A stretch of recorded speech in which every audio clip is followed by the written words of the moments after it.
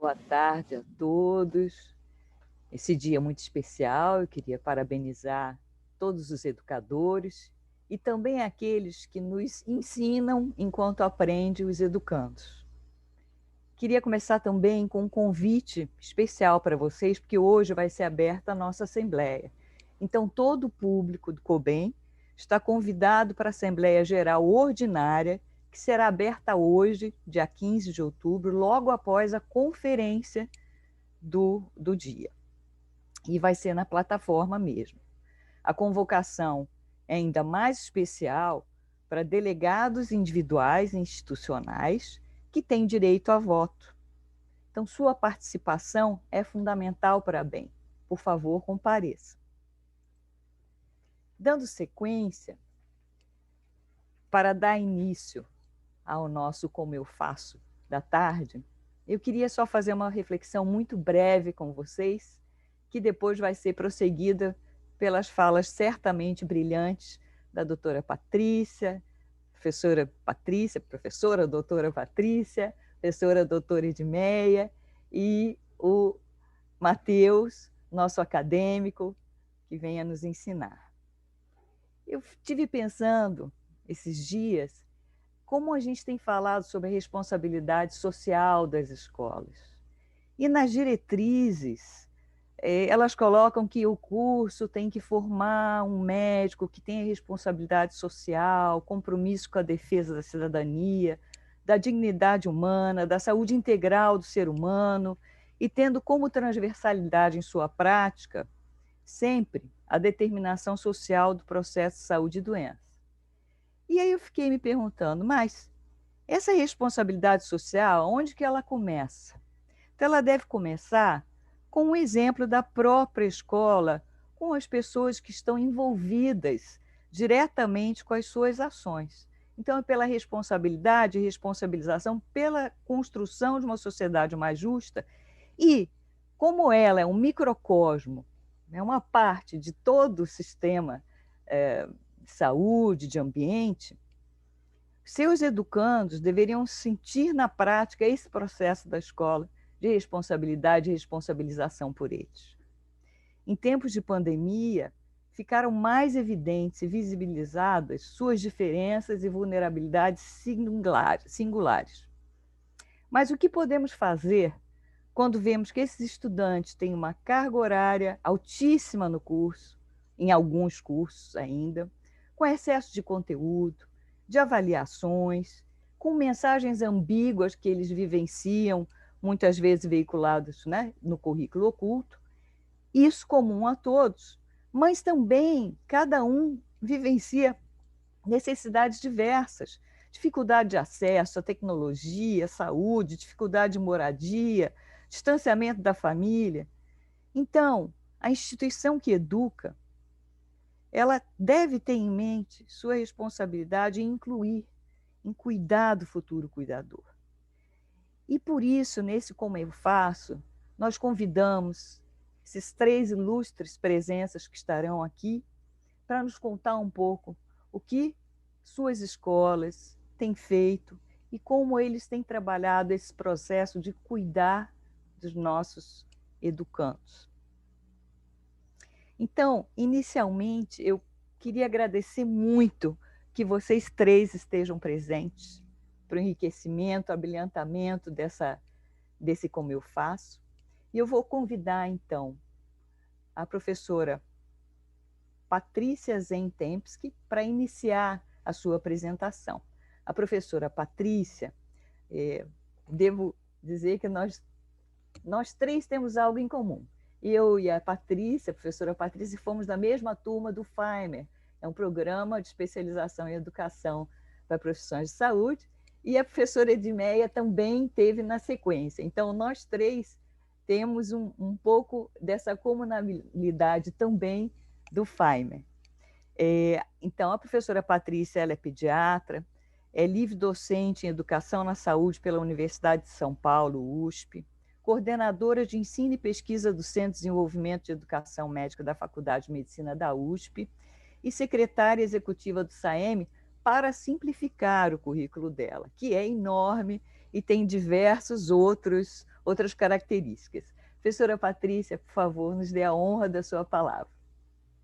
Muito obrigada, querida amiga Sueli, obrigada pela acolhida, obrigada pelo convite, que para mim é mais especial pensar que é no dia de hoje, Dia dos Professores. Então, eu queria dedicar essa fala a uma professora que é minha role model, minha amiga muito querida, e que está me dando a honra de estar acompanhando a gente aqui hoje, que é a professora Madalena Patrício.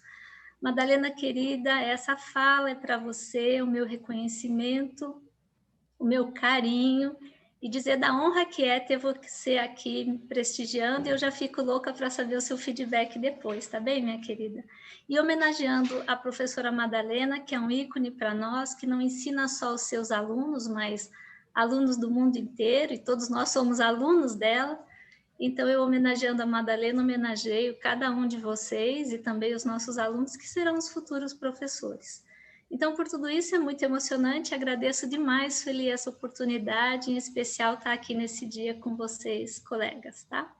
Então, vamos conversar um pouquinho do como eu faço, deixa eu compartilhar com vocês, e como eu faço o cuidado dos nossos estudantes. Eu queria dizer, a primeira coisa, que é como nós fazemos, porque eu não faço isso sozinha.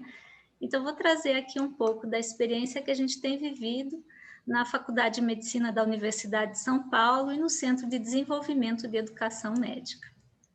Para hoje, o que temos para hoje? Eu gostaria de, nesses breves minutos que a gente vai conversar, porque a gente quer deixar bastante tempo para a nossa interação, eu gostaria de convidar vocês a revisitar o conceito de cuidado e reafirmar esse conceito como um valor central na educação. Depois eu queria falar como nós fazíamos e como nós fizemos o cuidado durante a Covid, porque não há como negar que o contexto da Covid mudou todas as nossas práticas e a gente ressignificou muito do que a gente fazia.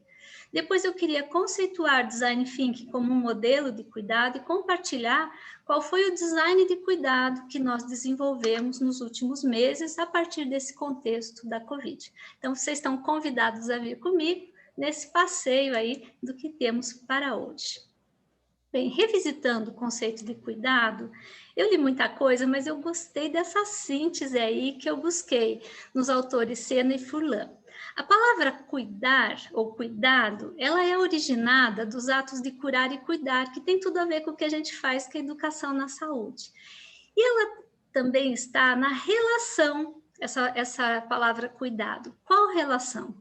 A relação que se caracteriza pelo fato da pessoa que cuida estar no mundo da outra pessoa. Eu acho isso tão significativo, né?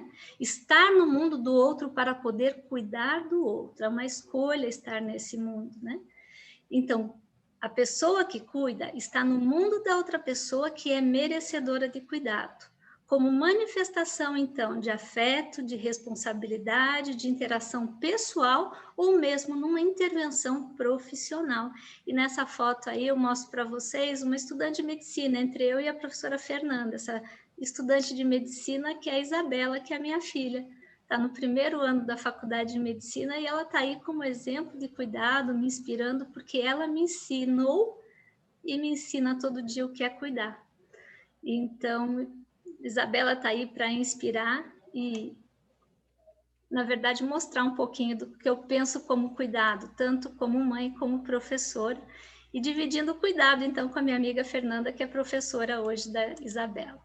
Bem, cuidar é estar no mundo do outro, mas cuidar, a palavra cuidado, que derivava do ato de curar e cuidar, para o Leonardo Boff é mais do que um ato, é uma atitude de preocupação, de responsabilização, de envolvimento afetivo com o outro, que no final das contas, gente, é uma atitude de amor. Então, se a gente pensar que cuidado é uma atitude de amor, e aí eu volto para o nosso patrono da educação e grande educador, Paulo Freire, e me volto para as palavras dele, que diz o seguinte: não se pode falar de educação sem falar de amor. Sou educador porque sinto amor. E essa frase dele se continua dizendo mais: sou educador porque sinto amor e tenho coragem de amar. E eu digo a vocês, juntando esses dois pensadores e o conceito de cuidado, que não há educação sem cuidado, porque não pode ter educação sem amor. Não pode existir um processo educacional que vem da interação daquele que aprende com aquele que ensina, porque os dois aprendem juntos, sem que eu esteja no mundo do outro e o outro visitando o meu mundo, sem que haja essa conexão que é de amor e que é de cuidado. Por isso, para mim, a questão do cuidado dos nossos alunos está para além do ato ou dos programas de cuidado, está mesmo numa atitude de cuidar. Como que a gente pensou essa atitude de cuidar na Faculdade de Medicina da Universidade de São Paulo? É bem verdade que tivemos muitos desafios e muitas dificuldades nos últimos anos, de tal forma que a comunidade acadêmica se organizou em serviços que colocassem o estudante no meio, dentro de uma lógica de uma rede de cuidado, como essa mandala mostra. E o estudante estando no meio, ele tem o foco e a atenção de todos. E dessa forma, ele pode escolher em qual porta bater ou em qual porta buscar ajuda. Então, a gente tem aqui o núcleo de apoio ao estudante, o acolhimento integrado, que a pessoa bate na porta a qualquer hora, o serviço social para as questões de vulnerabilidade, o GRAPAL, que é o grupo de apoio psicológico, a tutoria acadêmica para as questões ligadas ao desempenho acadêmico, o núcleo de estudos dos direitos humanos, o serviço de apoio a vítimas de violência, a ouvidoria, toda a comunidade como um possível apoio, uma coordenação de promoção da saúde e a mentoria, suporte pedagógico que ficam, então, centrados no Centro de Desenvolvimento de Educação Médica. Todas essas instâncias servem como porta de entrada.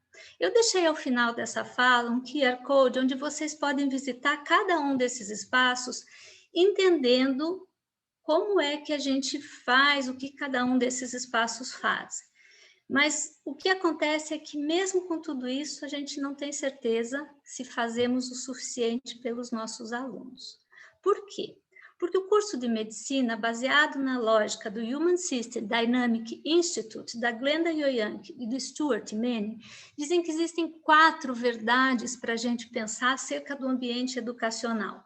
A primeira verdade é uma verdade objetiva, que nós experimentamos. Assim, quando eu olho pela janela aqui, estou vendo que é dia agora. É uma verdade objetiva. O curso de medicina tem fatores estressores que são próprios do cuidar da saúde, do processo saúde e doença, do processo de morte, do processo, então, quando a gente tem a vulnerabilidade humana nas nossas mãos. Isso é objetivo. É um curso integral que exige muita dedicação. Mas também tem uma verdade normativa, viu? Que é assim, você escolhe, ou você quer ter vida ou você quer ser médico. Já ouviu isso? Não sei se o Matheus, que vai falar depois de mim, se ele já ouviu isso. Você escolheu fazer medicina? Então não quer ter vida. Ou coisas desse tipo. Ou na patologia ninguém passa, não adianta estudar. São verdades de um grupo, de uma cultura que às vezes a gente assimila mesmo antes de ter experimentado aquilo. Depois tem uma verdade subjetiva, que é como você lida, como eu lido, a partir das nossas histórias, das nossas possibilidades, das nossas ferramentas e da nossa rede de suporte. Talvez para mim o curso tenha sido mais difícil do que está sendo para o Matheus, meu colega aqui da mesa hoje. Ou talvez alguém sofra mais do que outra pessoa no mesmo contexto, porque é como você percebe essa verdade. E, por fim, há a verdade complexa, que nós precisamos entender que estamos num mundo que é dinâmico, em situações que mudam o tempo todo. E a gente achava que já tinha encontrado um jeito bom de cuidar dos estudantes. Aí vem a Covid e coloca as nossas vidas, as vidas deles e de todos num outro compasso, num outro momento, com outras situações. Essa é a verdade complexa. E aí, como é que eu cuido dentro desse contexto? Porque a educação, ela não se dá no nada, ela está sujeita a um contexto. E nós estamos, nos últimos meses, vivendo esse contexto, que é o contexto de educar e vir a ser médico ou médica durante a Covid-19. E aí eu pergunto para cada um de vocês, qual foi a narrativa que você construiu na Covid-19. O que você aprendeu? Como você mudou? De que forma essa história que nós vivemos e ajudamos a escrever, ela impactou na sua vida como pessoa, como professor? Como é que você demonstrou que você se importa com as outras pessoas, com seus colegas, com você mesmo? Como é que você demonstrou que você se importa com seus alunos? Enfim, é nesse contexto que eu gostaria de discutir cuidado. E aí, nesse contexto também, eu quero contar para vocês qual foi a narrativa de quem ficou, porque quem ficou foram poucos. E eu queria, nessa hora, falar com muita honra que eu participei desse grupo. Milton estava no comando da coordenação do curso, Milton de Arruda Martins, que é também meu companheiro de vida, e ele disse, nós ficamos. E no começo as pessoas do grupo, do CEDEM, ficam, mas como, Milton, ficamos? Você é grupo de risco, e tem grupo de risco aqui também, como é que um era hipertenso, outro tinha mais gordinho, como é que nós vamos resolver isso? Nós ficamos, porque se você não quer machucar o barco, você deixa ele no porto, mas nós precisávamos navegar e arriscar. E nós arriscamos. E foi o único grupo que ficou junto com o grupo do apoio didático na FIMUSP. Nós vimos todas as luzes se apagarem. Nós vimos os corredores vazios e escuros. E a nossa decisão foi ficar ali com a porta aberta. E como que nós íamos fazer o cuidado que tinham tantas portas se aquelas portas já não estavam abertas? Ficamos em 5 pessoas, 6, mais um auxiliar que fazia os vídeos, mais a Clarice, que não aparece nessa foto, e pelo menos 3 estudantes que ficaram como voluntários ao nosso lado. É sobre esse design de cuidado que eu queria compartilhar com vocês. Porque fazer aquele monte de porta, colocar o estudante no centro, talvez isso vocês já façam nas suas escolas. Ou talvez quando vocês olhem aquela mandala que eu mostrei, dizem, ah, Patrícia, mas você está na USP, aqui a minha realidade é outra, eu estou sozinha. Independente do contexto, que eu quero compartilhar agora, nos próximos minutos, é como é possível fazer um design de cuidado independente dos seus recursos e do seu contexto, porque nesse sentido, o cuidado que eu quero mostrar é o cuidado da atitude. Então, vamos lá, deixa eu mostrar para vocês. Bom, nós ficamos em poucos, fazendo essa narrativa e entendendo que a gente precisava estar com a porta aberta, esperando quem entrasse ali, o aluno ou professor. E aí nós usamos uma lógica do design thinking, que é um processo ou um método focado em fatores sociais e humanos e voltados para a resolução de problemas complexos. E vocês vão concordar comigo que cuidar do aluno é um problema complexo. E ele se dá a partir de inovações pensadas com e para as pessoas. Eu havia feito o curso do Design Thinking, então já tinha o treinamento para isso. E nós aplicamos no cuidado, no design desse cuidado durante a pandemia. O Design Thinking, que foi assim, no mundo todo, apresentado por Tim Brown, ele se dá em 5 momentos. O primeiro é de empatia, entender o que o outro, o usuário, o end user, o que o outro precisa. Eu preciso ouvir mais do que olhar mais, porque quando eu olho, eu interpreto o que o outro precisa.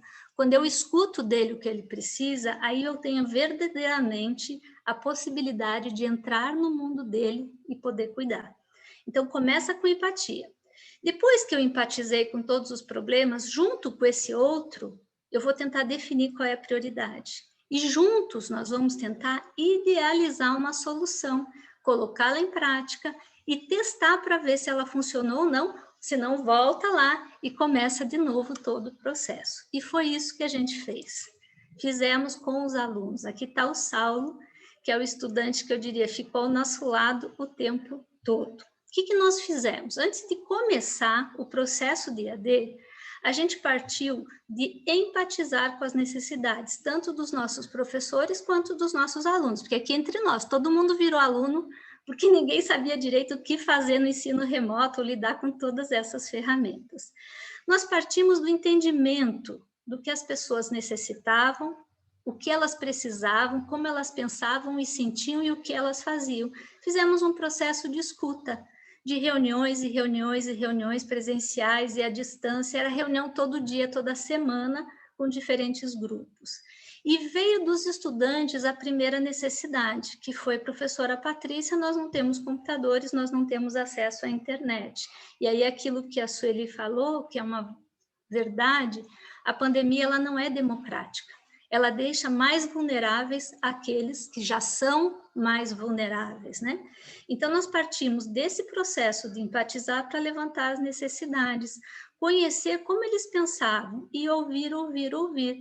Vejam, esse processo de empatizar e trazer as pessoas para conversar, trazer o aluno para dizer o que ele precisa, é possível fazer em qualquer contexto. E foi o que a gente fez. Passamos 15 dias só ouvindo.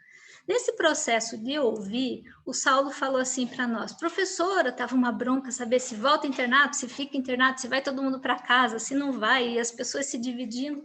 O Saulo teve a ideia e disse, o nosso estudante: vamos fazer uma pesquisa e ver o que os alunos pensam sobre isso. E conforme o que eles disserem, a gente tem mais possibilidade de decidir o que fazer. E aí nós enviamos um questionário feito ali na hora, e com a ajuda da IFMSA, era só para os nossos alunos. De repente, esse questionário vazou, e a gente disse: então vamos ouvir o que todos os alunos pensam. E aí que a Sueli diz que é a coisa do fazer pesquisa, né, Sueli? A gente acaba se baseando nas evidências científicas para tomar decisões. Nós ouvimos 10.500 estudantes, e isso em 72 horas, eles responderam. As pessoas precisavam falar. E o que os alunos disseram? Que era dever dos estudantes participar do cuidado dos pacientes na Covid, que eles estavam dispostos a correr riscos, que eles se sentiam aptos a ajudar em diferentes frentes e que eles seriam profissionais melhores se eles participassem desse cuidado. A partir dessa escuta, nós organizamos todo o internato para ter continuidade sem parar durante a Covid. E depois tivemos mais algumas perspectivas, sempre envolvendo os alunos. Os alunos estavam como voluntários, nós tivemos 400 voluntários entre os alunos e cuidando deles diariamente, o que cada um precisava, se era EPI, se era orientação. Nós estivemos juntos com essas pessoas e aí para vocês, então, já tem 3 artigos que estão publicados mostrando como foi essa experiência. Então, começava de empatizar, depois definimos o que essas pessoas precisam. Os alunos falaram computador e internet. Nós não tínhamos, naquele momento, possibilidade de comprar computadores, e os próprios alunos acharam a solução. Vamos usar os nossos Chromebooks, que a gente tem para a prova, e a gente reorganizou eles, e eles levaram os Chromebooks para casa. No prazo de 5 dias, quem não tinha computador estava com computador. E aí fomos atrás de chip de internet para todo mundo. E foi bacana, gente, porque não foi assim uma pessoa fazendo, foi toda a comunidade. Um estudante ia comprar na banca que achava 2, outro estudante achava mais 3 ali. E com isso a gente foi tendo uma ideia mesmo de pertencimento, de grupo. Muita gente precisou de auxílio emergencial, e aí a gente tinha um fundo para isso. Nós precisamos capacitar tanto estudantes como professores para o ensino remoto, orientar a comunidade em relação à Covid, acompanhar as necessidades que aconteciam, até questões como, por exemplo, violência doméstica, e garantir um canal aberto de comunicação. E a questão é o seguinte, gente: quando toda a escola fechou, a porta que estava aberta era onde eles iam bater. E a gente teve que lidar, né, esse grupo de 6 pessoas, 7 pessoas, teve que lidar com tudo que apareceu. Por isso que eu digo que a gente ressignificou e entendeu diferente o que é uma atitude de cuidado, para além de qualquer programa que a gente pudesse ter na nossa instituição.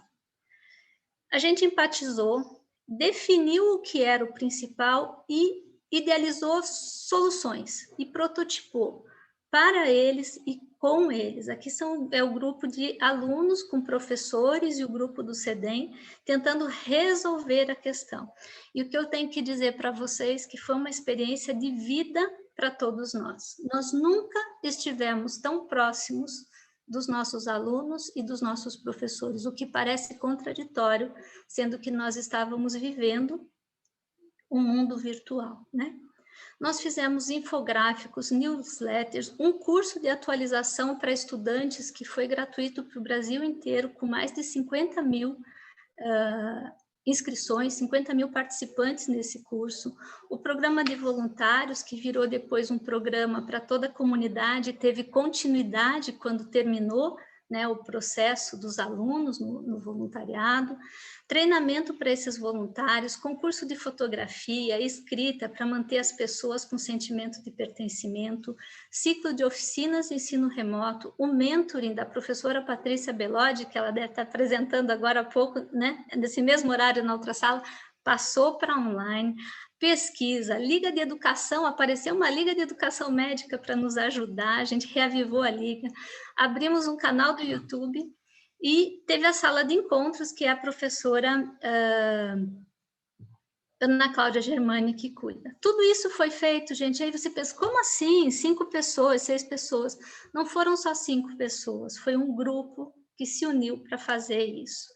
E aqui estão exemplos, olha, o Jonathan no concurso de escrita, que foi o ganhador, que aí está segurando o livro, aluno com os técnicos, montando estúdios para a gente gravar aula, para gravar com professores. Aqui na biblioteca, encontrando novos espaços para a gente transmitir as aulas, para os alunos se sentirem parte. A gente foi reinventando o jeito de estar ali. Esse é o Saulo, que eu falei, a Clarice, que não aparecia na foto, e o Shang, que gravou todas as aulas para nós. Foi um processo, gente, que eu senti assim, uma honra de estar ali, e na verdade não foi que nós cuidamos dos alunos, eles também cuidaram da gente. E quando eu olho para tudo isso que a gente viveu, eu acho que valeu a pena, cara. As pessoas estão me dizendo que valeu a pena, né? E o que eu estou trazendo para vocês é um jeito diferente de pensar o design, que não tem a ver com tecnologia, mas tem a ver com pensar um jeito melhor de vivenciar os processos que nós já vivenciamos. Tem a ver com envolver as pessoas e focar nas necessidades dela. E esses 5 passos vocês podem fazer aí nas suas escolas, independente do contexto. E o que eu tenho para dizer para vocês, para terminar, essa é a visão da minha mesa lá na FIMUSP. Eu acho que certamente poderíamos ter feito mais e melhor para a nossa comunidade. Talvez algum ou outro não tenha conseguido o apoio que precisava, mas uma coisa eu tenho certeza e falo com muita honra, gente. Quem precisou e bateu naquela porta, encontrou ela aberta. E nós estávamos lá. Essa é a narrativa que nós temos de cuidado durante a Covid. E foi um exemplo para os nossos alunos. Qual foi o design de cuidado a partir do design thinking que a gente desenhou para esse momento tão importante da vida de todos nós? Que cuidado está na atitude, a primeira coisa. A segunda é que ele é bidirecional. Eu cuido do meu aluno, mas o aluno também cuidou de mim, me ajudou onde eu não sabia na tecnologia. Ele foi centrado nas pessoas, buscou soluções criativas e baratas e foi da comunidade da FIMUSP para a comunidade da FIMUSP. Foi um aprendizado ímpar na vida de todos nós. Se vocês copiarem esse QR Code, todas essas coisas que eu falei estão aí. E aí vocês podem consultar os artigos, enfim, e a gente pode continuar conversando. Aqui estão os meus contatos, eu estou super à disposição para ajudar no que vocês precisarem para implantar essa mesma tecnologia de design thinking no seu cuidado. Muito obrigada pela oportunidade, Sueli, muito obrigada pelo convite, e eu fico à disposição.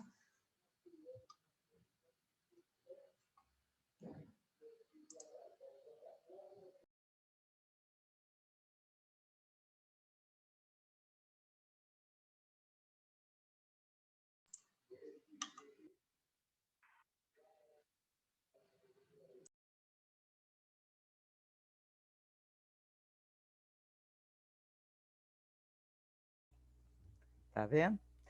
Muito obrigada, Patrícia, pela tua brilhante apresentação. Eu acho que é importante, você trouxe para a gente esse conceito do cuidado como valor central da educação, e vocês ficaram no centro do se relacionar com o outro para cuidar do outro. Então, não só na teoria, como na prática. Só trazendo para você que você tem um admirador aqui, o Wagner Marcolin Trotten, dizendo, doutora Patrícia Tempsky, sempre com uma mensagem especial e muito conteúdo. Um abraço. entre os vários que estão fazendo elogios. Nós agora, então, vamos passar para a querida professora Edmeia também. A professora Edmeia Fontes de Oliva Costa é professora de psiquiatria, aposentada da Universidade Federal de Sergipe, é psiquiatra e psicanalista, é líder no CNPq do Grupo de Estudos e Pesquisas em Psiquiatria, Saúde Mental e Educação para as Profissões de Saúde. Entre outras coisas, esse é só um núcleozinho. Qualquer coisa, ela vai fazer um complemento à sua seu importante currículo. Por favor, professora Edmeia, a palavra é toda sua. Olá, boa tarde a todos. Obrigada aos organizadores deste evento pelo honroso convite que me fizeram para estar aqui hoje. A palestra que me foi proposta, o título de palestra foi Como eu tenho feito para promover a saúde mental dos meus educandos. Então, eu vou introduzir de uma forma mais geral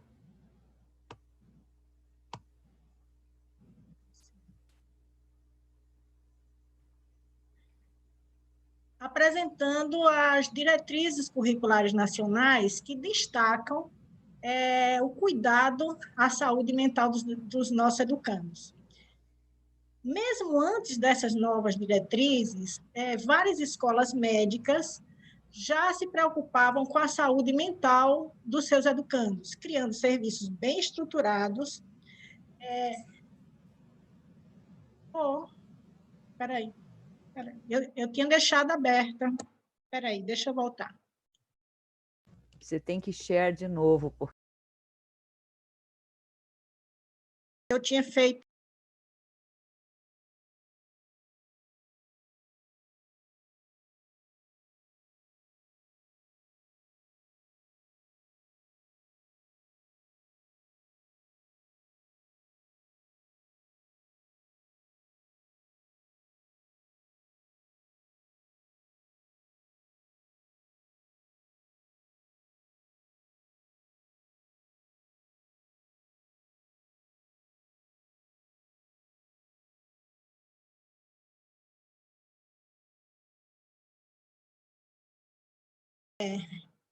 O título que me foi proposto foi Como eu tenho feito para promover a saúde mental dos meus educandos. E introduzo o tema discutindo sobre as diretrizes curriculares nacionais para os cursos de medicina, que antes mesmo dessa nova resolução, várias escolas médicas já se preocupavam com a saúde mental dos seus educandos, criando serviços bem estruturados de apoio e assistência em saúde mental para eles. E também com outras estratégias, como melhora curricular, capacitação docente, etc. Porém, apesar do destaque da saúde mental nas DCM, é surpreendente observar que algumas escolas médicas ainda carecem de uma estrutura institucional para a promoção de saúde mental aos seus educandos. Felizmente, nessa pandemia, como a doutora Patrícia, inclusive, falou, várias escolas, além de manter o básico, como mentoria, atendimento online, também criaram novas estratégias para promover, para diminuir os agravos à saúde mental dos seus educandos. As pessoas que são mais fragilizadas emocionalmente, você começa a se deparar com dor no estômago, você não dorme direito, você não tem paciência para estudar, você pega um livro e dá um desespero que você quer devorar o livro todo, que é para você ver se você entende algo, e você sente tudo solto, perdido. Se você vai fazer uma prova, você tem a sensação de que você não sabe nada, e aí você só é aquela ansiedade.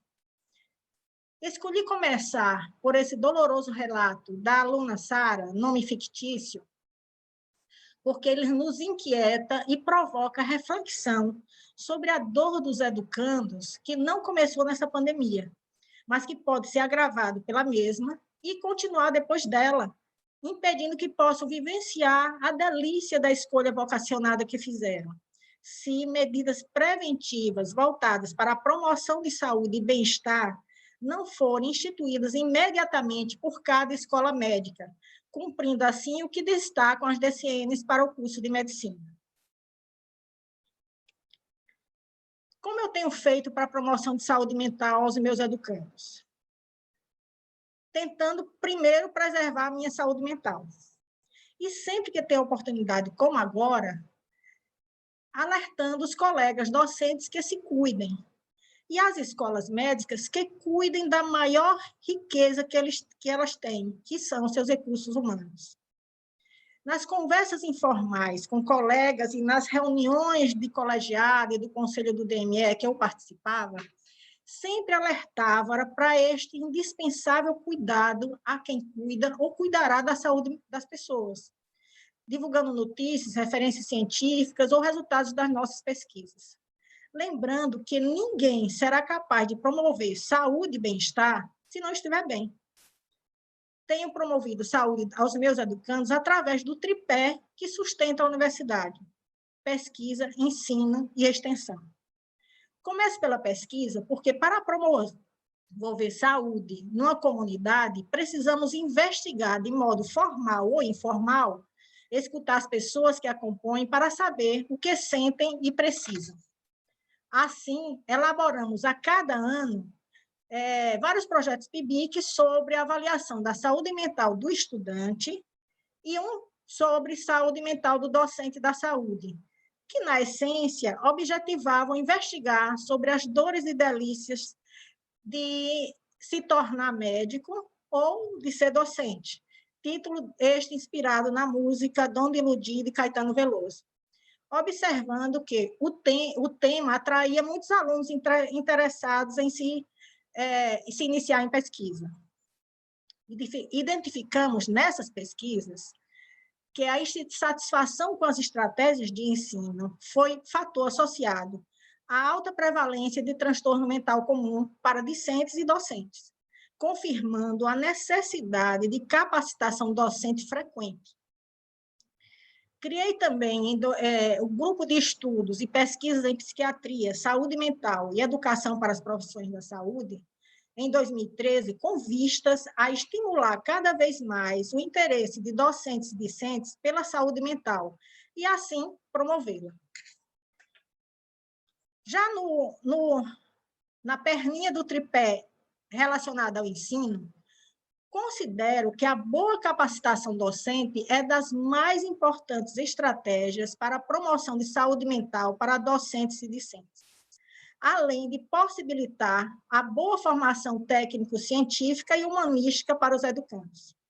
Por isso, participei das 3 importantes oficinas de desenvolvimento docente que ocorreram na minha instituição, sendo organizadora de uma delas. Também busquei aprender mais sobre educação médica na especialização em educação para as profissões da saúde, que fiz no FAIME, em parceria com a Universidade Federal do Ceará, em 2009.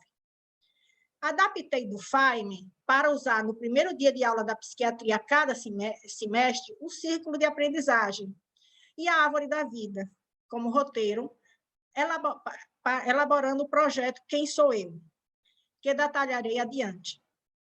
Também passei a utilizar mais arte nas aulas, metodologias ativas, vídeos curtos de psicoeducação e motivacionais associados à técnica de respiração e concentração no início de cada aula, mesmo numa escola de modelo tradicional, onde tinha 50 alunos dentro de uma sala de aula teórica.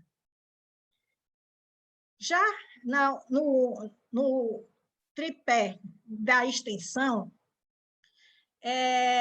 criei com 2 colegas, em 2013, a Liga Acadêmica de Psiquiatria de Sergipe, LAPSE, visando diminuir preconceito e estigma acerca de transtorno mental e assim facilitar a busca de ajuda em situações de sofrimento psíquico, jamais para promover especialização precoce ou estimular o currículo oculto. Outras estratégias de atenção que eu detalharei a seguir foram Espaço Verde e Grupo Ballant, que também foram promotoras de saúde mental na instituição. Bom, essa foto aqui é recente, né, de uma reunião online com alguns dos participantes do GEPS, do qual sou líder no CNPq. ela demonstra que o incômodo doloroso provocado pelo Covid-19, que nos fechou inicialmente na nossa concha, provocou reação suficiente para produzirmos pérolas. Depois dos 2 primeiros meses paralisados. E, assim, 3 trabalhos foram apresentados no COBEM na última terça-feira pelos nossos alunos, e 3 artigos estão sendo finalizados para publicação. Conseguimos sair da dor inicial pelo afastamento físico e da zona de conforto das reuniões presenciais, aprendendo até fazer cálculos estatísticos online. Dessa forma, confirmamos o que disse o nosso grande educador Rubem Alves no seu livro: ostra feliz não faz pérolas.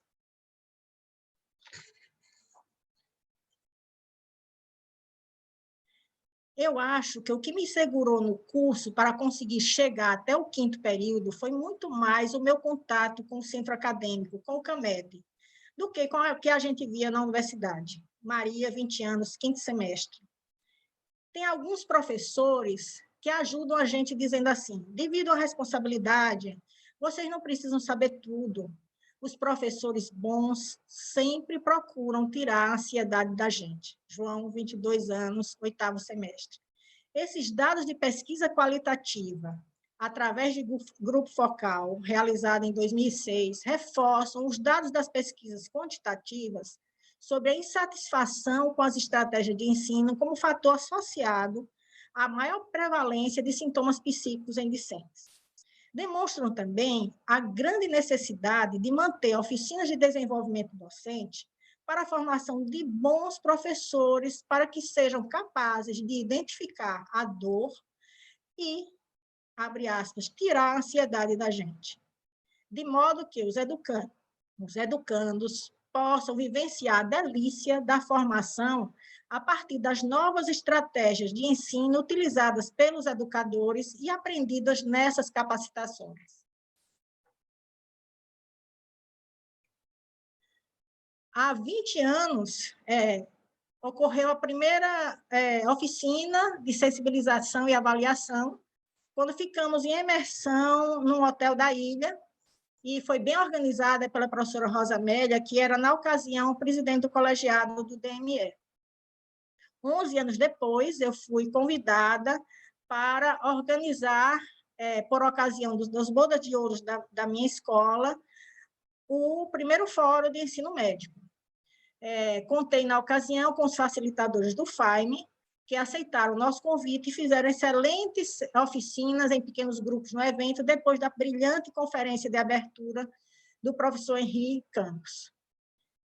Também tivemos, no ano passado, a outra excelente atividade de desenvolvimento docente com a professora Patrícia Tempsky e o professor Milton Arruda, promovido pelo DME e também muito, muito bem aproveitada. Aqui são fotos do fórum, com os facilitadores do FAIME, e o professor Henrique Campos deixando esta primorosa mensagem, bem atual, em um dos seus slides: combater neutralidade e incorporar proatividade e reatividade. Inspirados por essa mensagem, chegamos a sonhar e elaborar um projeto de oficinas mensais de desenvolvimento docente para o ano seguinte. Mas o projeto não foi concretizado por falta de financiamento. Essas 3 capacitações, com certeza, contribuíram para adquirirmos mais habilidades e preservar nossa saúde mental, uma vez que, quando nos capacitamos, diminuímos a sensação de desamparo, principalmente se esta for assumida pela instituição integralmente. Também aumenta a segurança na atividade docente, quando aplicamos os conhecimentos adquiridos nas capacitações e percebemos os bons resultados para os educandos. A árvore da vida. Somente aprendemos com emoção. Também é com emoção que devemos ensinar e traduzir a emoção em palavras, atitudes ou obras de arte, sempre é uma forma de preservar a nossa saúde mental. Deste modo, sempre coloquei toda a minha emoção no primeiro e-mail acolhedor e motivador que enviava 3 dias antes do início de cada semestre, desde que eu retornei à UFES em 2012. A minha querida pró, Lídia Lisboa, com quem tive o prazer de partilhar a cadeira de psiquiatria com afinação perfeita durante 16 anos, até sua aposentadoria em 2006, teve a ideia, desde 2004, de pedir aos alunos que escrevessem primeiro a própria história de vida, quando começávamos a ensinar na anamnese psiquiátrica. Líamos juntas essas histórias e complementei sua ideia sugerindo a escuta individual daqueles com história mais complexa. Percebi depois que isto era parecido com a árvore da vida e o círculo de aprendizagem que tivemos no FAIMA em 2009, e adaptei no meu retorno à UFES para usar na primeira aula de apresentação da psiquiatria, junto com o projeto Quem Sou Eu. Algumas questões que eu sintetizo, que estão na árvore da vida, como roteiro para a resposta ao Quem Sou Eu. Conte-me sobre suas raízes. Como você conseguiu chegar até onde está hoje? Qual foi a sua jornada pessoal como estudante de medicina? Quais são as coisas que você valoriza profundamente em você mesmo? Quais são os seus sonhos no trabalho, no estudo?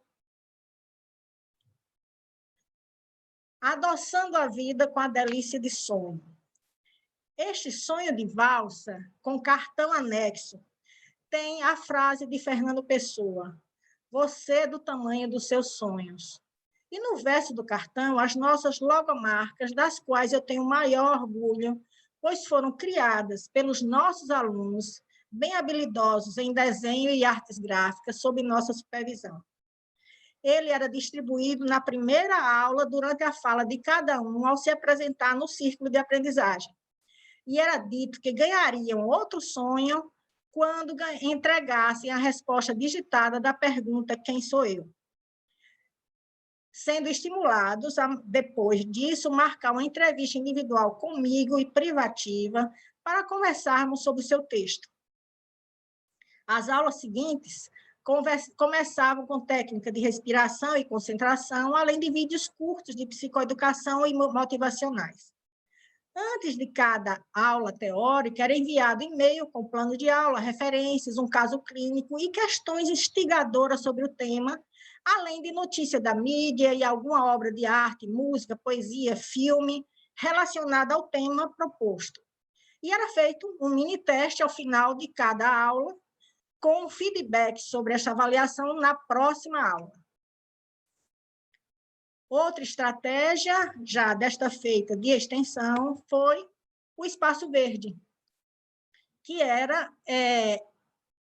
fazer e consumir arte, foi o que pensamos como estratégia de promoção de saúde mental para a comunidade acadêmica, quando começamos, eu e a professora Lídia Lisboa, a realizar essa atividade desde 2003.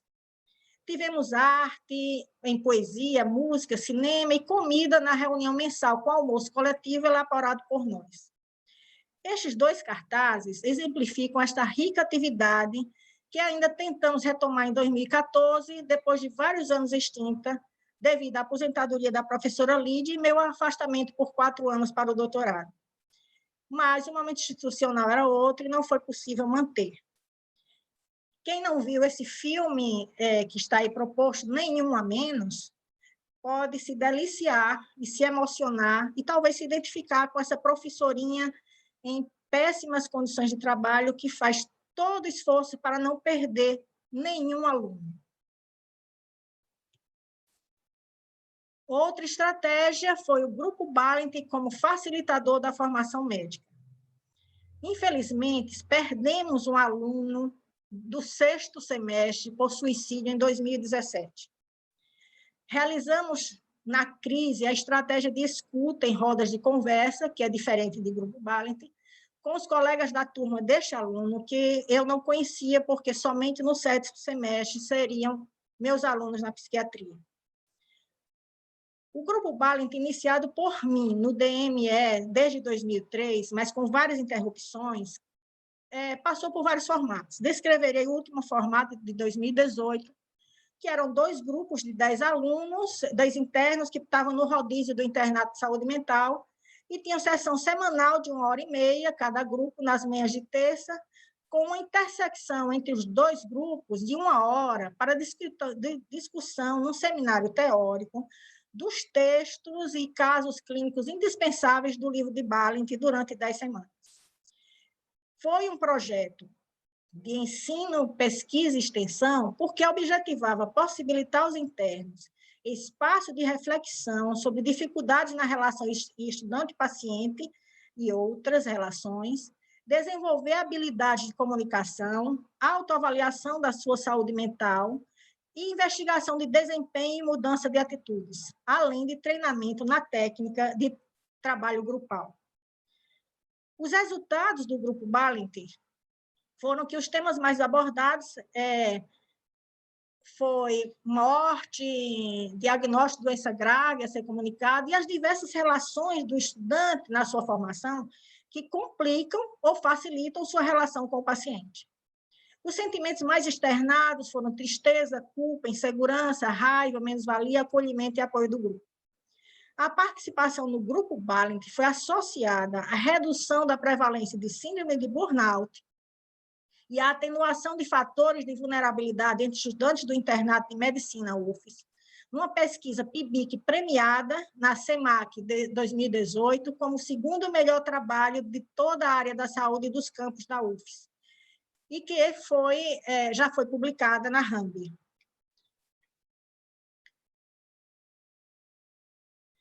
Recebi esta pérola de um ex-aluno no dia 24 de julho de 2020, período de plena pandemia em Sergipe, depois de 2 anos sem contato com ele.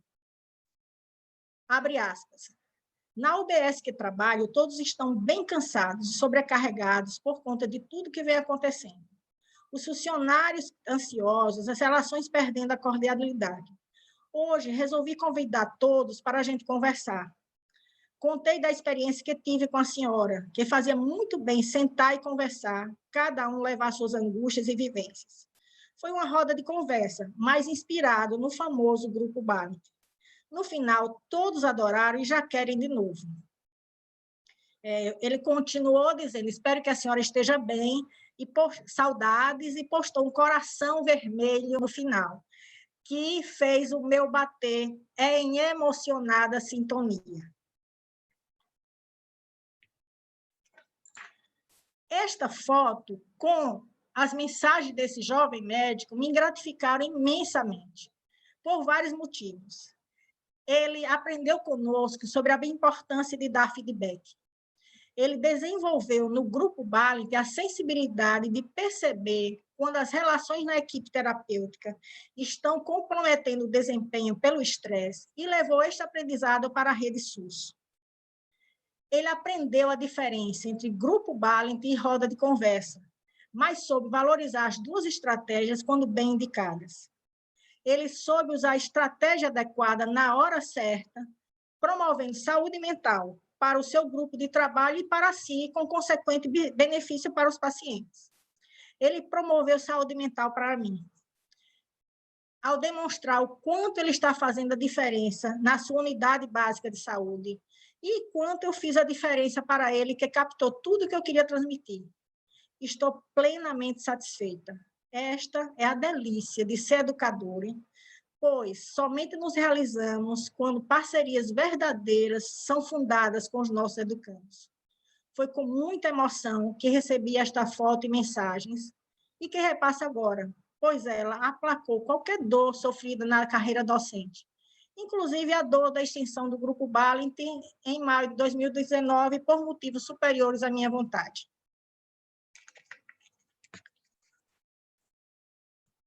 Considerações finais. Se faz necessária a reflexão crítica das escolas médicas sobre o seu papel na promoção, manutenção e prevenção dos agravos à saúde física e mental dos seus educandos. É indispensável a ênfase no cuidar de quem cuida.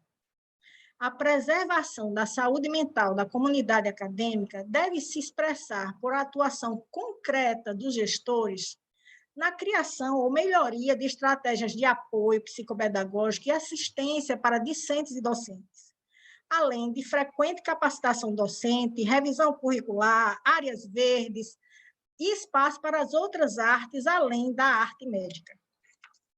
Deixo aqui, agora, a minha mensagem e uma questão final. Se fosse ensinar uma criança a beleza da música, não começaria com partituras, notas e pautas. Ouviríamos juntos as melodias mais gostosas e lhe contaria sobre os instrumentos que fazem a música. Aí, encantada com a beleza da música, ela mesma me pediria que ele ensinasse o mistério daquelas bolinhas pretas escritas sobre 5 linhas, porque as bolinhas pretas e as 5 linhas são apenas ferramentas para a produção da beleza musical. A experiência da beleza tem de vir antes.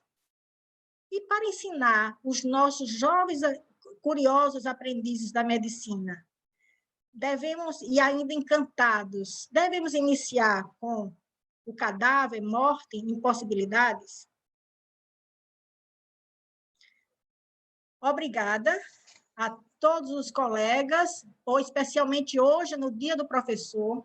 Agradeço a todos os participantes pela atenciosa escuta. Obrigada aos colegas dos grupos que participam, com quem aprendo sempre. Minha gratidão a todos aqueles virtuosos educadores que me ensinaram sobre a doidalícia de ser o que é.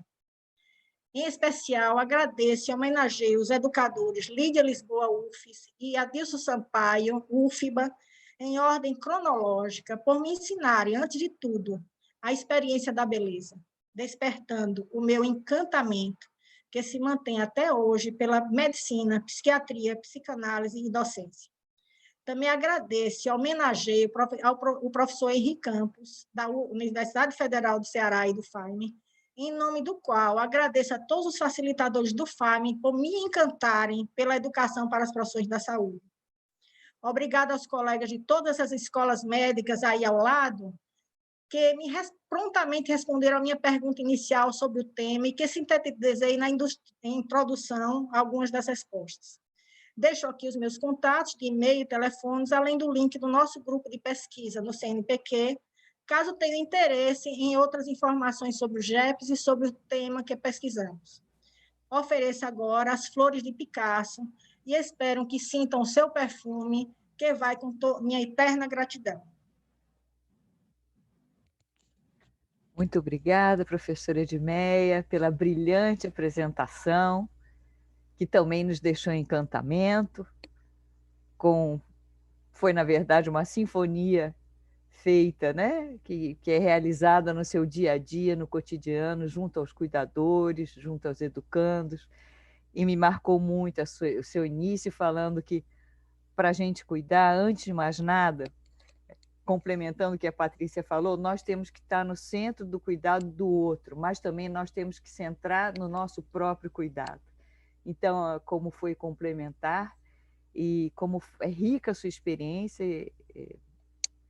é bem o que a gente esperava, né? 2 brilhantes palestrantes, muito obrigada. E seguimos, então, agora para o Matheus Evangelista Siqueira. É aluno da 4ª série da Universidade Federal do Rio Grande, é coordenador discente da Regional Sul 1 da ABEM, é coordenador geral do Diretório Acadêmico Francisco Martins Barros, é membro da Coordenação de Estágios e Vivências de Direção Executiva Nacional dos Estudantes de Medicina da ENEM, é conselheiro discente no Conselho de Ensino, Pesquisa, Extensão e Administração da FURC. Matheus, por favor. Muito obrigado, professora. Boa tarde, pessoal. Eu começo cumprimentando as professoras, né, com quem tenho a honra de dividir essa mesa, a professora Edmeia e a professora Patrícia, além, claro, da professora Sueli, quem admiro muito. Eu tive a oportunidade de assistir pela primeira vez a professora Sueli lá em 2017, o Encontro Regional dos Estudantes de Medicina, numa palestra sobre currículo oculto, e foi uma palestra que eu nunca esqueci, aquilo marcou bastante a minha formação. Também gostaria de parabenizar, né, todos os docentes e professores, né, por essa data tão importante de hoje, né, 15 de outubro, Dia dos Professores. Espero, acho que todo mundo esteja tendo um ótimo Cobem durante a semana. Realmente, acho que esse ano foi muito diferente de tudo que estávamos planejando, nos propondo. Creio que, assim como várias coisas em 2020, esse foi mais um desafio que nos foi apresentado, né? Então, eu assumo que quando eu recebi o convite para fazer essa fala, eu fiquei bastante contente. Meu primeiro evento da ABEM foi um congresso gaúcho, lá no começo da minha graduação, no primeiro semestre, em 2016. E desde aquele período, eu já vi que a questão da saúde mental e do cuidado do estudante era algo bastante levantado, né? Principalmente, claro, pelos estudantes, mas sempre pautado nos eventos de educação médica e eventos do movimento estudantil, destacando aqui a DENEM, onde sempre vi espaço sobre isso. Porém, vendo isso sendo pautado, né, repetidas vezes, a indagação que fica é por que a gente ainda não conseguiu chegar a uma solução, né? Por que ainda parece que não saímos do lugar com relação ao cuidado dos estudantes? O que falta ser feito nessa discussão? Será que a gente tem abordado esse tema de maneira eficaz? As escolas médicas, elas têm proporcionado ambientes saudáveis para os estudantes? Chegando à pergunta que deu nome ao espaço, né? Como as escolas têm cuidado de fato dos seus estudantes? Primeiramente, uma coisa que fica muito perceptível, pelo menos para mim, e que vejo como algo um pouco negativo dentro dessa discussão, é a abordagem sempre muito paliativa, que coloca o estudante como um sujeito não preparado para o ambiente universitário, e por isso como principal responsável pelo seu adoecimento, né? Vejam bem, assim, eu não acho que a abordagem da saúde mental não deva ser individualizada para cada aluno. Então, resiliência do estudante, condições prévias ao ingresso do estudante na universidade, enfim. Porém, que eu acho que a gente tem que assumir dentro disso é que a escola médica não tem sido um ambiente saudável, não só gerando adoecimento, mas também agravando qualquer questão de saúde mental do estudante. Nesse ponto, não podemos simplesmente culpar o aluno, ignorar o papel da escola médica, né, em todo esse processo, sem avaliar toda essa estrutura que leva ao ambiente, que por vezes é tóxico. E por que então a escola médica tem levado ao adoecimento do aluno, né? São diversos fatores que eu vou tentar listar rapidamente aqui. Primeiro de tudo, né, o ambiente da escola médica é um ambiente muito competitivo. Obviamente que já entramos na escola médica através de um processo seletivo altamente competitivo, que é o vestibular, em que poucos conseguem de fato ingressar. Ontem, através da plataforma do Direm, né, que foi apresentada, a gente viu inclusive que anualmente mais de 1 milhão de pessoas tentam ingressar em um curso de medicina, né? Não é pouca coisa. Porém, depois que ingressamos, isso continua persistindo, né? Por quê? Porque ainda vemos o estudante ao lado como nosso concorrente, como alguém a ser vencido, né? O curso de graduação ele não é uma corrida na qual só se forma quem chega primeiro. Mesmo assim, a escola médica reforça diariamente essa ideia, né? Um exemplo disso é que quando entramos na universidade, uma das primeiras coisas que ficamos sabendo entrar é o tal do índice acadêmico, né? Que em alguns lugares é também chamado coeficiente de rendimento. Que em suma aquele número obtido das notas que você teve durante a universidade, a maior parte das universidades tem esse índice, né?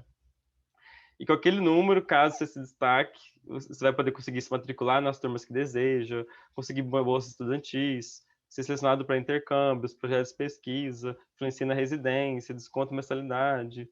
Então a gente entra com a ideia de que não basta apenas ser aprovado nas disciplinas e avançar no curso. É necessário também que você saia melhor do que os colegas que estão ao seu lado. Você poderá ser prejudicado por isso, né? E para além disso, não é só essa competição somente com notas, mas também o estímulo para atividades extracurriculares, né?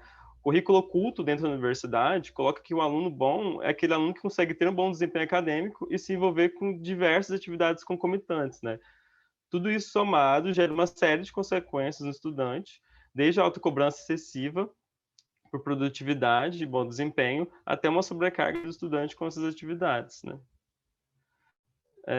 E o que isso tem feito para diminuir essa competição, esse clima dentro da universidade, né? Será que essa competição ela é de fato necessária? Será que ela está mais adoecendo os estudantes do que de fato promovendo estímulo ao estudo e a um bom desempenho? Né? A escola médica ela tem feito algo para que o estudante veja sua educação como algo prazeroso, como processo, ou ela tem levado a colocar a educação como processo de culpa e frustração? né? Acho que algumas reflexões que a gente tem que fazer quando a gente discute isso. Eu lembro que teve uma experiência que eu tive no meu curso que me marcou muito negativamente nesse aspecto, que eu vou citar aqui brevemente. A gente estava passando pelo ambulatório de dermatologia, era uma turma de 9 pessoas, e a gente teve a seguinte forma de avaliação, né? A turma foi dividida em 2 grupos, um com 4 e outro com 5 alunos. Daí o professor estabeleceu um tema, que se não me engano, acho que era dermatite atópica, o tema, e cada um desses 2 grupos deveria organizar uma apresentação sobre esse tema. Daí chegou no dia da apresentação, os grupos, a gente teve que assistir 2 vezes uma apresentação sobre o mesmo tema, né? A apresentação de cada grupo. E depois a gente foi ranqueado do melhor, as 9 pessoas, do melhor para o pior. Então, o primeiro colocado, no caso, receberia a nota máxima, conforme o teto que o professor havia estipulado. O segundo receberia alguns pontos a menos, o terceiro dos pontos a menos, e assim sucessivamente, até chegar ao 9º aluno, que receberia a pior nota, né? E segundo o professor, essa era a maneira da gente ter uma experiência crítica, simulando o que enfrentaríamos no mercado de trabalho, né? E eu fico pensando, né, de que forma isso conseguiu ser benéfico para o meu estudo, né? Como ser colocado em uma competição, assistindo uma apresentação 2 vezes sobre o mesmo tema, crescer como estudante. Como que ver meus colegas como adversários propiciou que a gente conseguisse ter um ambiente saudável que promovesse conhecimento, né? Como que o professor não considerou o estresse que isso poderia gerar em nós? Assim, é claro que foi uma situação de talvez mais que não não é o cotidiano que a gente tem na escola médica, né? Mas a gente sabe que situações como essa, que os alunos são colocados nesse tipo de situações, acontecem e repetem em várias universidades em todo o Brasil, né? E por falar nessa questão de avaliações, eu acho que esse é um segundo ponto que eu queria trazer também, porque eu acho que poucas coisas conseguem ser mais frustrantes para o estudante do que a avaliação, né? A avaliação, como ela está colocada na maioria das universidades hoje, principalmente em escolas de modelo tradicional de ensino, dificilmente consegue promover um espaço crítico de feedback do aluno, né? Geralmente, por vezes, ao não ser realmente eficaz, ela é sempre vista como uma forma de punir o estudante, né? Costumou-se, inclusive, pensar dentro da escola médica que a avaliação só serve para te reprovar. E fazer isso é destinar um papel muito pífio, né, para um instrumento tão importante como a avaliação, que deve servir não só para o professor, né, mas também para o estudante. E, obviamente, que a avaliação é sempre questionada nos eventos de educação médica, né, a gente sempre tem espaços como esse para discutir isso durante o COBEM, por exemplo. Porém, eu acho que é sempre importante nessa discussão a gente nos perguntar, né, a gente está fazendo o aluno crescer com essas avaliações, ou será que a gente está usando isso apenas para punir, sem gerar mais adoecimento, né? O objetivo da avaliação para o aluno é ser somente mais um fator de estresse? Como que a gente pode pensar uma avaliação construtiva de fato, né? Porque se ela fosse de fato eficaz, geralmente ela não teria todo esse impacto negativo para o estudante. Outra questão também importante avaliar, né, quando a gente fala, é o currículo, né? Sim, realmente, nós temos uma carga horária muito alta, tanto nos estágios obrigatórios quanto nos ciclos teóricos, mas até que ponto, né, o aluno não tem uma sobrecarga de conhecimento desnecessária, né? Acho que qualquer professor e qualquer aluno aqui consegue relatar para mim alguma aula durante a graduação que foi altamente específica, não teve nenhum, simplesmente nenhum impacto importante para a sua formação. É importante que a escola ela tenha responsabilidade sobre esses processos, né? Decorar rodapé de livro não só não vai ser desnecessário para a nossa formação, mas vai ser mais um fator de estresse que será somado tudo a isso que a gente está falando aqui. Outro tema importante, geralmente muito ignorado quando a gente fala de saúde mental, são as populações em vulnerabilidade dentro da universidade. A escola médica ela é um ambiente altamente elitista.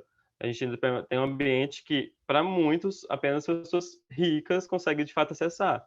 E realmente, com as altas mensalidades em escolas pagas, com corte de auxílios, desmonte de políticas de permanência e acesso. E aqui faço um parênteses para parabenizar a fala da estudante Luciana ontem, né, na mesa sobre esse assunto. Enfim, tudo isso somado, né, a gente acaba não criando na escola médica um ambiente que é acessível para todos, né? Então, o que acontece? Configuração da escola médica como um ambiente branco, cis, heteronormativo, machista e de classe economicamente alta, né? Dessa forma, a medicina como um todo é uma área que reforça continuamente opressões. A gente pode perguntar para qualquer estudante se o fato dela ser mulher, homossexual, transexual, negro, de baixa renda, não fez com que ele se sentisse silenciado, oprimido e deslocado em algum momento da escola médica, né? Como que isso impacta a saúde mental desse aluno? Como isso afeta quando ele sente que aquele ambiente não é para ele, que ele não deveria estar ali, né? Qual que é o compromisso que a escola médica tem assumido no combate a opressões? Como que a escola médica tem promovido os debates de racismo, de transfobia, de machismo, né? Ou apenas ela tem fechado os olhos para isso e culpado o estudante por não ser resiliente o suficiente? São reflexões importantes que a gente tem que fazer nesse contexto, né? E como resolver tudo isso, né? Acho que várias das situações que colocadas aqui, elas muito mais do que o currículo formal da universidade, né? Elas fazem parte do currículo oculto, que é perpassado entre professores e estudantes de maneira informal. Porém, acho que nessa temática, considerar a saúde mental como um detalhe ou algo à parte na vivência universitária não é a melhor maneira da gente lidar com essa problemática, né? Temos que entender que promover um ambiente saudável mentalmente para o estudante não se faz, por exemplo, apenas criando espaço de yoga por aluno, né? Essa discussão ela tem que ser estrutural. A gente tem que cuidar do estudante desde o momento que a gente tem que pensar em cuidar do estudante desde o momento que a gente constrói um currículo até o momento que a gente decide como vamos avaliá-lo, né? Obviamente que colocar atendimento com psicólogo, com psiquiatra, oferecer espaço de mentoria, grupos de apoio, estimular práticas de lazer, são ações imprescindíveis, é claro, elas são importantes e elas devem continuar acontecendo, mas fazer somente isso, sem fazer com que isso perpasse todo o currículo, toda a estrutura do curso em nossa escola, é dar uma resolução paliativa para um problema muito sério, né? Ela dá de uma maneira muito cômoda com a saúde mental. E, obviamente, que creio que a maior dificuldade da gente discutir isso na nossa universidade é que essa discussão geralmente já atingiu a maior parte dos docentes existentes que estão em espaços como esse, né? Mas que não atingiu a comunidade acadêmica que não está aqui, né? Quantos professores que a gente tem que nunca foram a eventos sobre educação médica, né? Que nunca conversaram, discutiram sobre saúde mental dos estudantes? Né? Até que ponto isso não é negligenciado por eles e é desconsiderado no planejamento do curso, da disciplina, da universidade em si? A gente fala tanto de empatia com o paciente durante a universidade que esquecemos de ser empáticos com os alunos e colegas que estão ao nosso lado. E, por fim, eu finalizo a minha fala, né, dizendo que falar sobre saúde mental, se preocupar com esse assunto, né, não é mimimi, né, como é muitas vezes abordado por alguns professores, por alguns estudantes, né? Se a gente tem alunos desistindo do curso, trancando na universidade, adoecendo, se medicalizando e morrendo por conta de saúde mental, então não é mimimi, sabe? A gente não pode naturalizar um ensino que é doente. E assim, então, eu encerro minha fala, fica agora também disponível para discussão e perguntas. Peço desculpas se minha internet falhou em alguns momentos. A gente prepara durante toda a semana, a internet está funcionando bem, justamente hoje, nesse momento, ela teve algumas falhas. Mas acho que era isso que eu tinha para falar hoje. Matheus, foi brilhante. Todo mundo aqui dizendo excelentes reflexões, muito importante. Eu acho que a lei de Murphy ela vale sempre quando a gente está em uma apresentação, acaba a luz, então faz parte, eu acho que a gente tem que entender isso.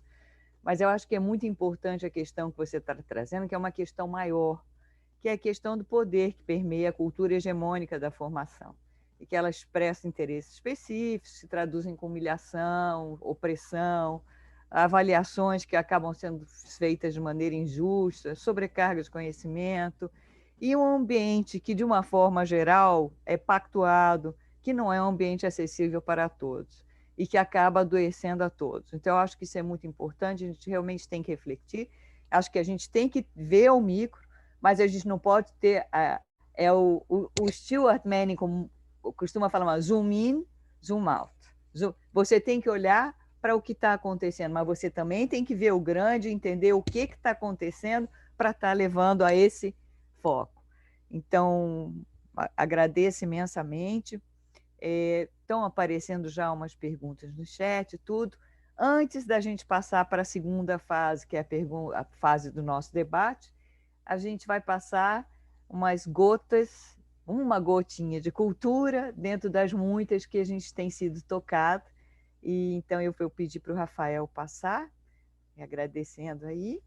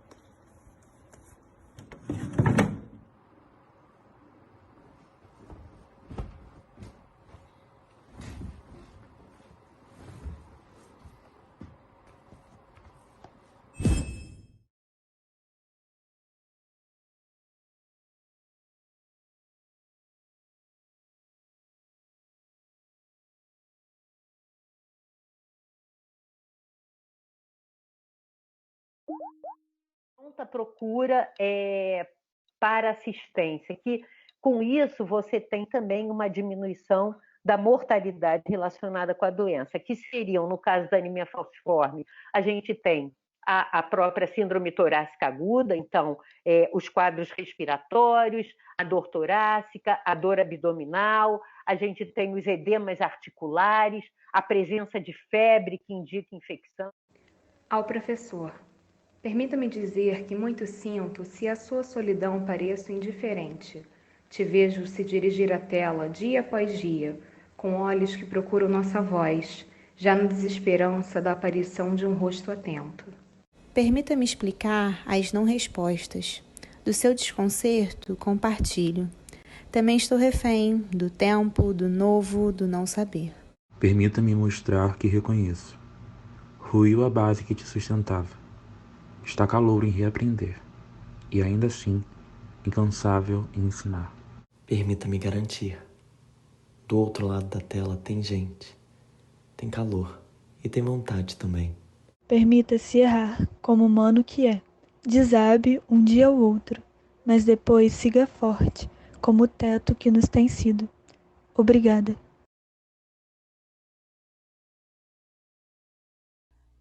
Parece que veio essa gota para complementar todas as falas, né? Vocês gostariam de trazer alguma reflexão sobre ela?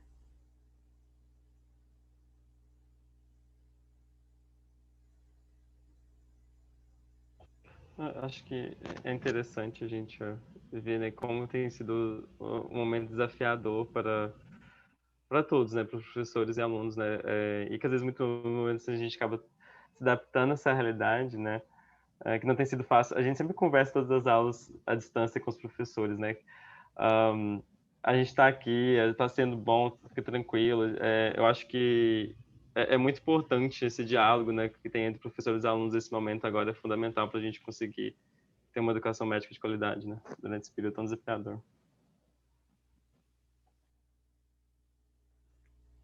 Muito obrigada.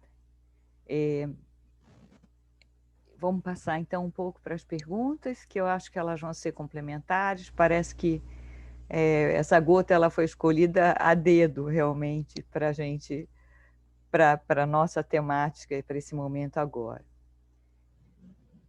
Não sei se alguém quer falar mais alguma coisa sobre essas gotas ou podemos ir adiante. Todo mundo dizendo que é muito lindo, perfeito, né? E quero dizer para vocês que aqui no chat todo mundo está realmente parabenizando a todos vocês três, dizendo como é importante a gente ter a voz do estudante para nos trazer mais reflexões, que às vezes a gente, de tanto estar na prática, a gente acaba numa cegueira do cotidiano, e vocês vêm aí para nos ampliar isso e nos dar aquela chamada necessária.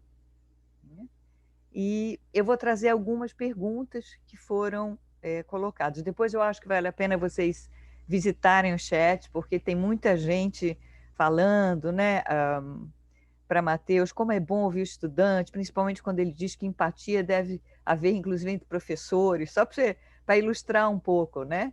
A Isabela comentando que é lamentável que muitos professores se recusem a mudar métodos falidos, e de alguma maneira você está trazendo a voz dos estudantes. Algumas pessoas dizendo que isso acontece com todos nós. Então, acho que você realmente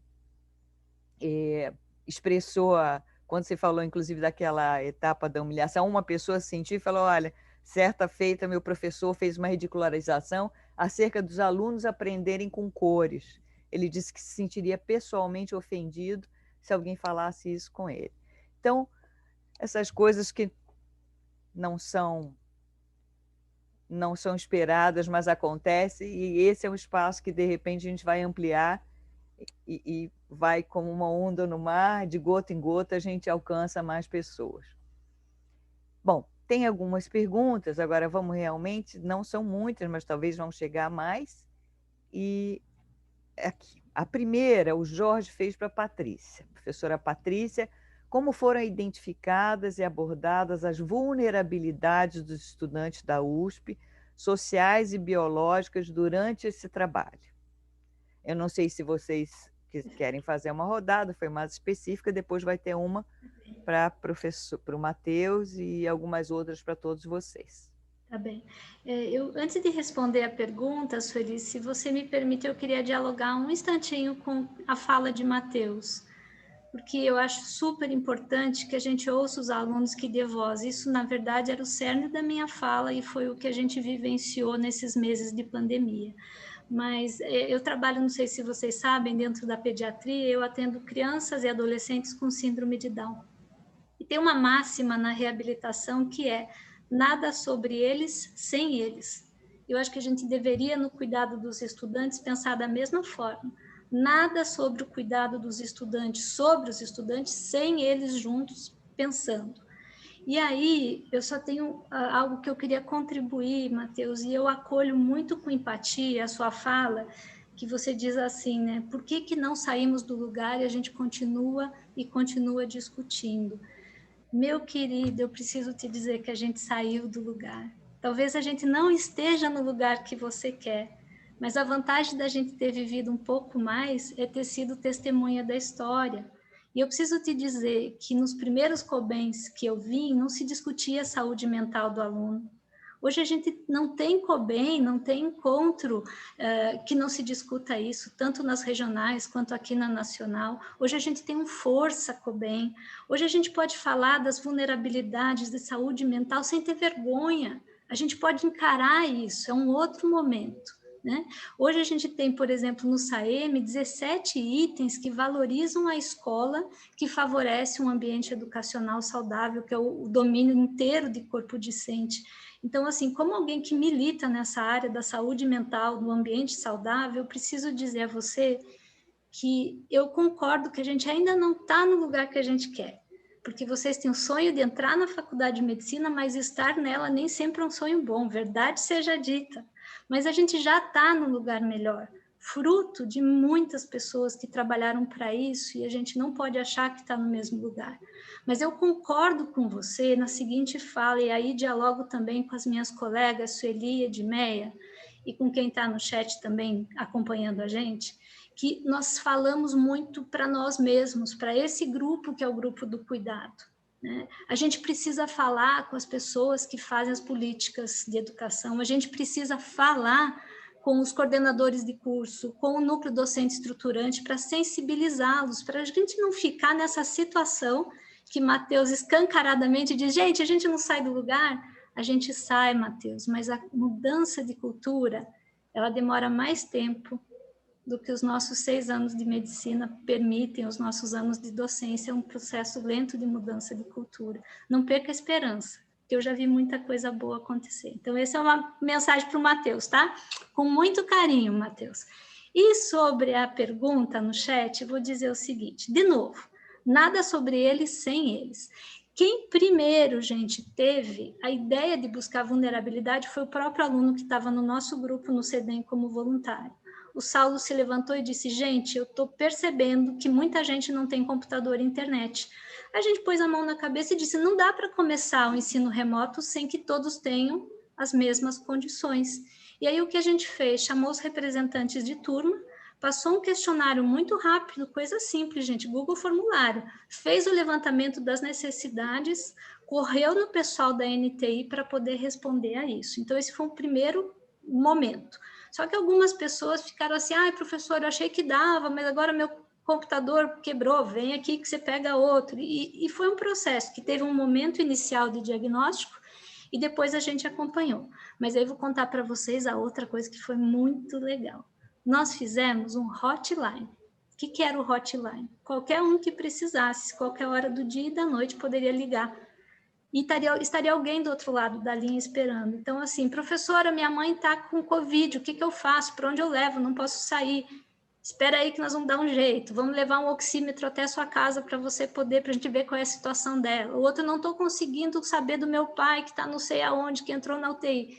A gente entrava em contato, ajudava.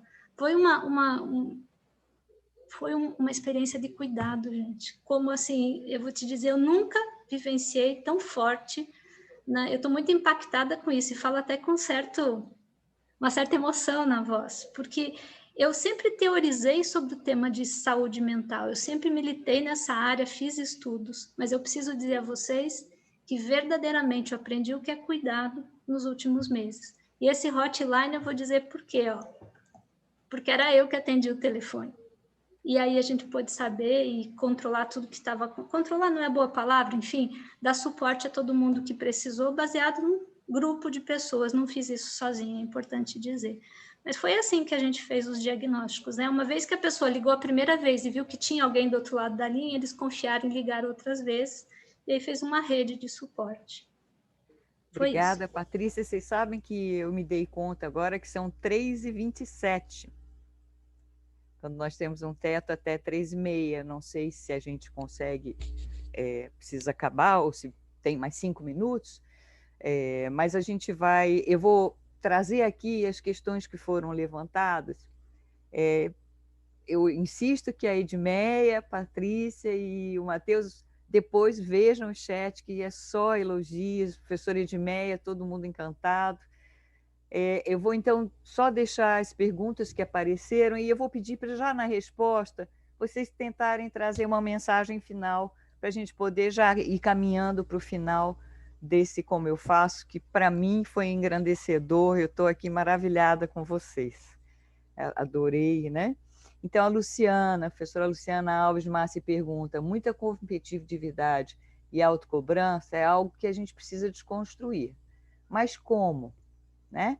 E outra pergunta que veio para o Matheus foi, a preocupação com a saúde mental do estudante não é hegemônica na escola. Que estratégias podem ser feitas para torná-la eficiente? E ainda outra que foi acabando direcionado para o Matheus, você viu, Matheus, que todo mundo começou a borbulhar quando você foi falando, né? Que canais de diálogo entre estudantes e a direção existem na sua faculdade?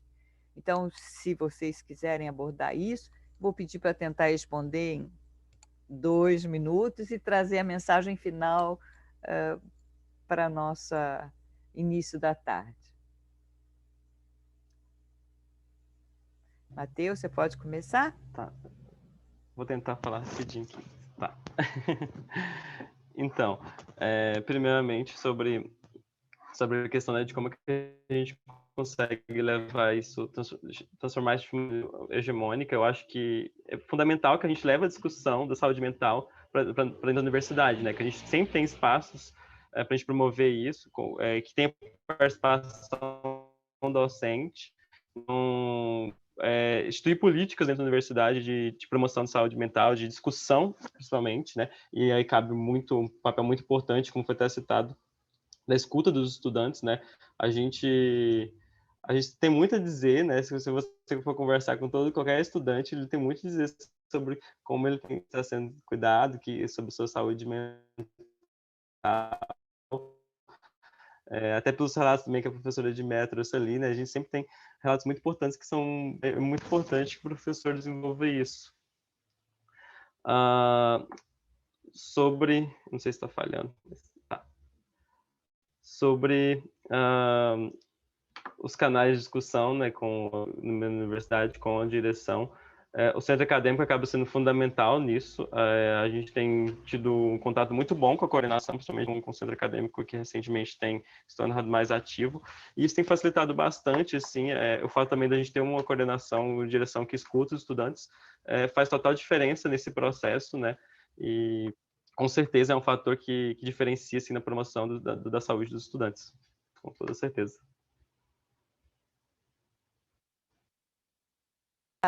Que coisa boa. Então, você quer deixar uma mensagem final, que aí a gente depois já passa para a professora Edmeia, passa para a professora Patrícia e depois eu faço fechamento nesses minutos de transição. Eu acho que, como mensagem final, assim, eu acho que eu só queria ressaltar isso mesmo, da questão de escute os estudantes, né? Se você é professor, converse com os estudantes, fale com os estudantes sobre como é que tem sido o ensino, como tem sido a estrutura do curso, de como ele tem se sentido na universidade, né? Isso vai fazer total diferença para aquele estudante. A gente sempre fala durante a graduação, assim, que os professores que para nós são os professores, assim, que a gente mais admira são aqueles que escutam a gente, que estão dispostos a construir conosco. Isso é uma coisa que faz total diferença, assim. Com certeza impacta muito a nossa formação, a nossa vida como estudante, né? Eu acho que é isso que gostaria de deixar para falar agora. Obrigada, Matheus. Professora Edmeia.